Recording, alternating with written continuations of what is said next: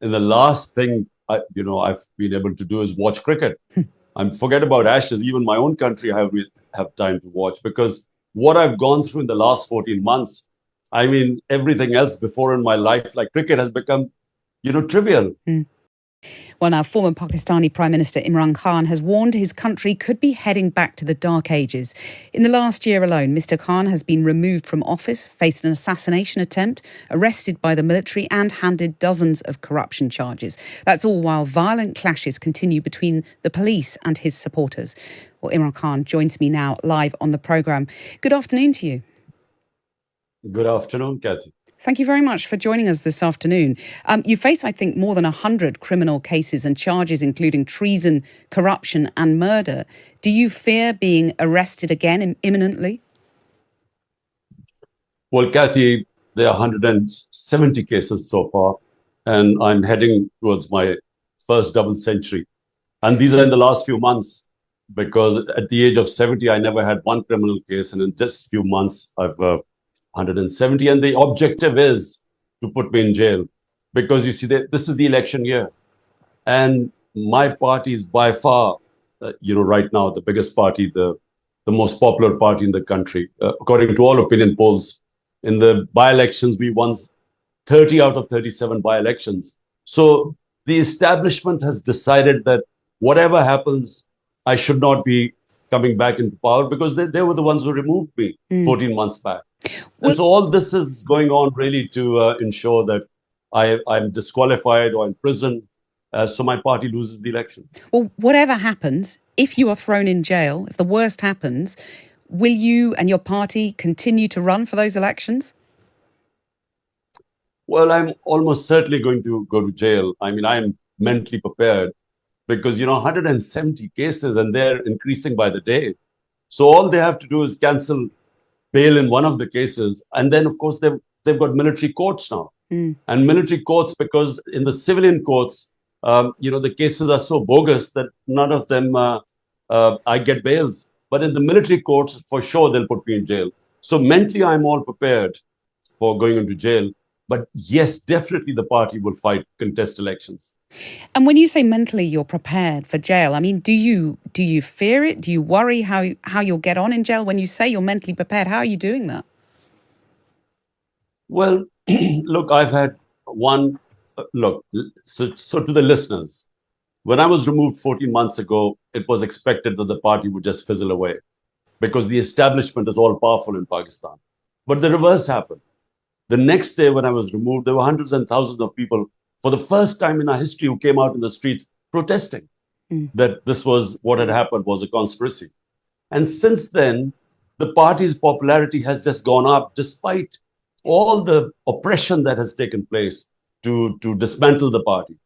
And so why do I feel right now I will be put in jail? Because I had one assassination attempt. Because when the party was still growing, that's when they tried to remove me physically.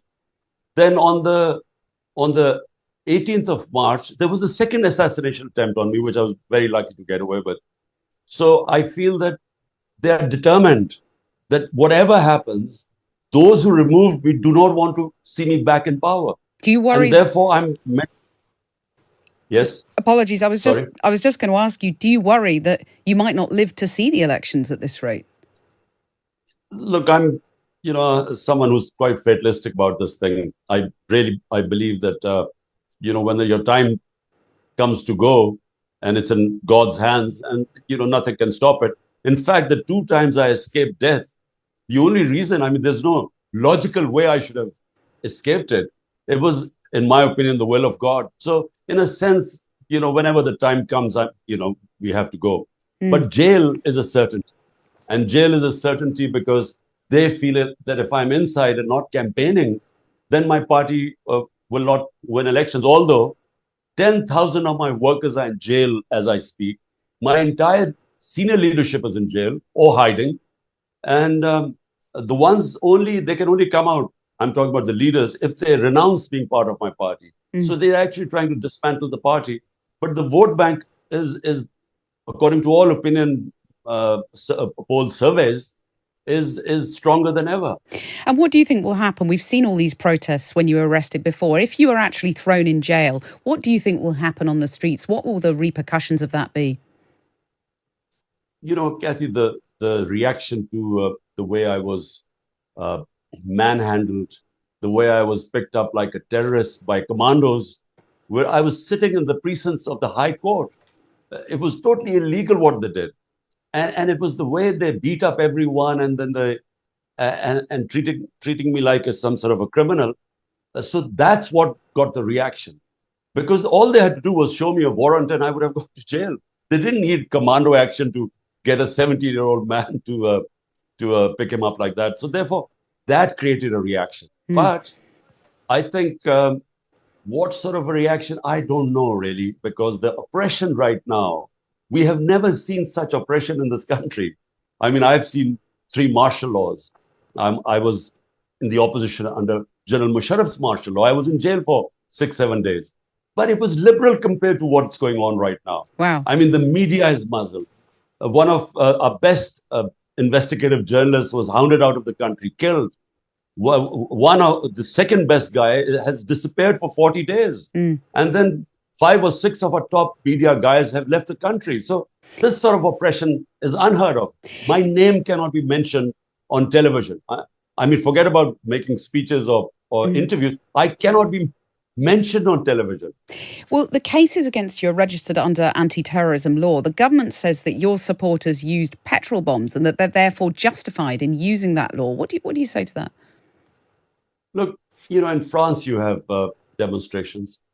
In Pakistan, all the demonstrations that took place in my 27 years, every time we have been peaceful. It is a constitutional right to hold peaceful demonstration anywhere. Now, unfortunately, since I have been out of power 14 months ago, the peaceful demonstrations have been attacked by police. We have all the evidence. I mean, given a chance, we will be able to prove in a court of law, which we haven't been allowed to have a chance, that we were all the time peaceful demonstrators were attacked. On 9th of May, 25 of peaceful demonstrations were shot dead.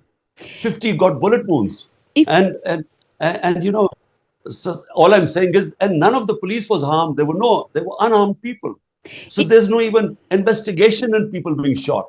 If you've got right on your side, as you say, why do you think it is that you haven't had more support from Western governments around the world? I think, well, my 3.5 years as Prime Minister, the Western governments, their interests are much more important than moral issues. Because, for instance, I mean, India has the UN human rights have charted the number of human rights violations in Kashmir in India. But India is a trading partner, so there's no condemnation.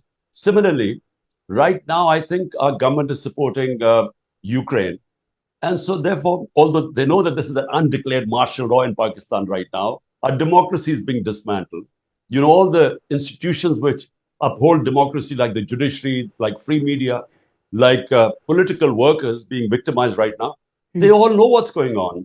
But I think that, there's no condemnation from the governments. There is some from the media, Western media, but none from the governments.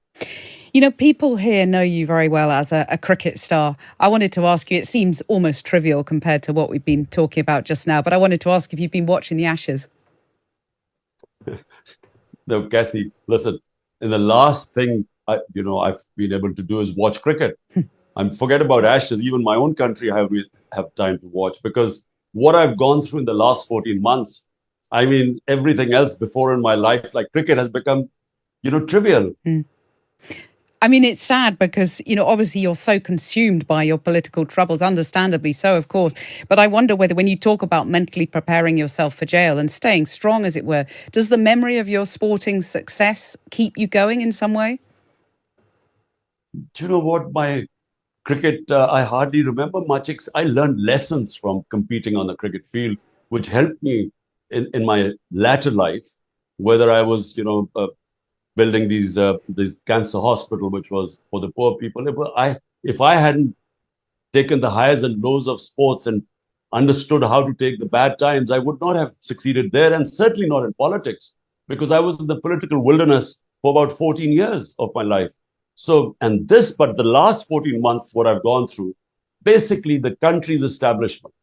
I mean, once they go against you, then I mean, it's impossible really to fight back. Mm. Because how do you fight back against the all-powerful establishment and all the political parties ranged against me, all 12 of them on one side, backed by the establishment, and I'm all alone, and my party, all the senior leadership is in jail, and all the work, 10,000 workers picked up. So it's a very tough time I'm going through. Two assassination attempts, and who knows the possibility of a third one, certainty of going to jail. So it is the biggest struggle of my life. Mm. But it's not politics. Let me just finally say, it's not politics. We are fighting actually for democracy, in terms of democracy meaning freedom. And democracy can only come when there's rule of law. Mm. When you have the powerful in a country above law, as it is the case in Pakistan, I'm afraid the country has no future. The people who die crossing the Mediterranean, or going over from South America to North America, immigrants who risk their lives, all are escaping countries which do not have rule of law, and hence are called banana republics, or where there's poverty, are moving towards countries which have rule of law, Mm. which have democracy, freedom. So this is what we're fighting for in Pakistan. I Yeah. started my movement 27 years ago, movement for justice. It was for movement for rule of law.